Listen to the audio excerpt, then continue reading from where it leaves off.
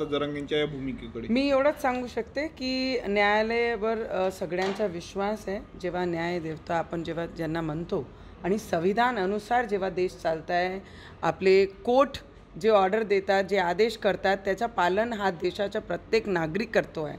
आणि ज्या संविधानाला घेऊन आपण जी मागणी करताय, जे आरक्षणाची मागणी करताय, त्याच संविधानानुसार जे कोर्टाने आदेश दिला, तर मला वाटते जे हिंदूंचे सण आहे जे पूर्ण महाराष्ट्रात खूप उत्साहाने साजरे होतात।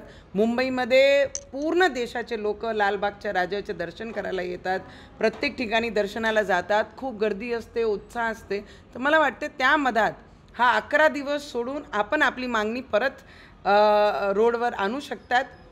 आपले मागण्याकरता आपल्याला संविधानाने हक्क दिलेला आपण वजवू शकतो, पण मला वाटते 11 दिवस हा आपलेच सण आहे, त्याच्यामध्ये कुठेही विघ्न ना टाकताना आपण 11 दिवसानंतर रोडवर निघाल्यानंतर मुंबईमध्ये येऊन आपले हक्क मागू शकतात। पण जे कोर्टाने आदेश दिला आहे त्याला मान्य करणं हा एक हिंदुस्थानमध्ये राहणारा प्रत्येक नागरिकचं कर्तव्य आहे। रवी जरांगे असे म्हणाले की ज्यांनी घेणं देणं नाही ते देखील आमचा मोर्चा अडवतायत।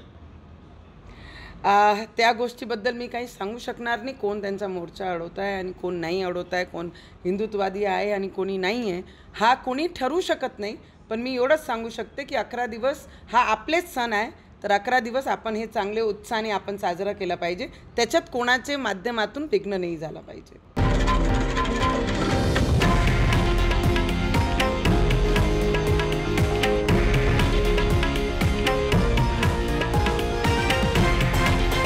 हे आहे देशातील नंबर 1 न्यूज नेटवर्क आणि आपण पाहत आहात TV9 मराठी, एकमेव।